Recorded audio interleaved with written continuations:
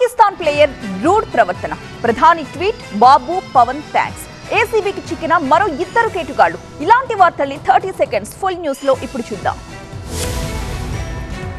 ఏపీలోని దాదాపు 108 కిలోమీటర్ల పొడవైన నెల్లూరు బద్వేల్ కారిడార్ నిర్మాణానికి ప్రధాని మోదీ అధ్యక్షతన సమావేశమైన ఆర్థిక వ్యవహారాల కేబినెట్ ఆమోదం ముద్ర వేసింది. కేబినెట్ ఆమోదం పొందిన 4 లేన్ల బద్వేల్ నెల్లూరు కారిడార్ ఆంధ్రప్రదేశ్ అభివృద్ధి ప్రయాణానికి ప్రయోజనం చేకూరుస్తుందని, రాష్ట్ర యువతకు పలు అవకాశాలను సృష్టిస్తుందని ప్రధాని మోదీ ట్వీట్ చేశారు. దీంతో మోదీకి AP CM Chandrababu, deputy CM Pawan కృతజ్ఞతలు తెలిపారు. ఏపీ అభివృద్ధికి సహకరిస్తున్నందుకు ధన్యవాదాలు తెలిపారు. ప్రస్తుతం ఉన్న రహదారితో పోల్చుకుంటే ఈ కారిడార్ ద్వారా కృష్ణపట్నం పోర్టుకు వెళ్లే దూరం 33.9 కిలోమీటర్ల మేర తగ్గుతుంది. ప్రయాణ సమయం దాదాపు గంట వరకు ఆదా అవుతుందని ఆనందం వ్యక్తం చేశారు.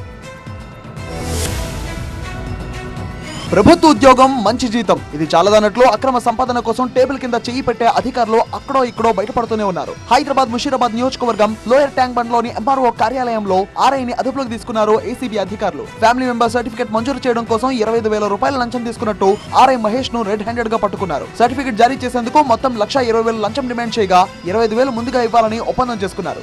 బాధితుల ఫిర్యాదు మేరకు నిఘా వేసి 25,000 తీసుకున్నట్టుగా అదుపులో తీసుకున్నారు. దాయాది పాకిస్తాన్ దేశానికి గూఢచర్యం చేస్తున్న స్పైల అరెస్టుల పర్వం కొనసాగుతోంది. దేశ సున్నిత రహస్య సమాచారం పాక్కు చేరవేశారు అన్న ఆరోపణలపై హర్యానా, యూపీ, గుజరాత్ రాష్ట్రాలకు చెందిన పలువురిని ఇప్పటికే పోలీసులు అరెస్ట్ చేశారు. లేటెస్ట్ గా ఇవే తరహా ఆరోపణలపై సిఆర్పీఎఫ్ సిబ్బంది మోతీరామ్ జాట్ ను కూడా అదుపులోకి తీసుకున్నారు అధికారులు. ఆ తర్వాత ఢిల్లీలోని పటియాలా హౌస్ కోర్టులో ప్రవేశపెట్టారు. నిందితుడి నుంచి మరిన్ని వివరాలు రాబట్టేందుకు తమ కస్టడీకి అప్పగించాలని ఎన్ఐఏ కోర్టును విజ్ఞప్తి చేసింది. ఎన్ఐఏ అభ్యర్థన మేరకు మోతీరామ్ ను కోర్టు జూన్ 6వ తేదీ వరకు కస్టడీకి అప్పగించింది.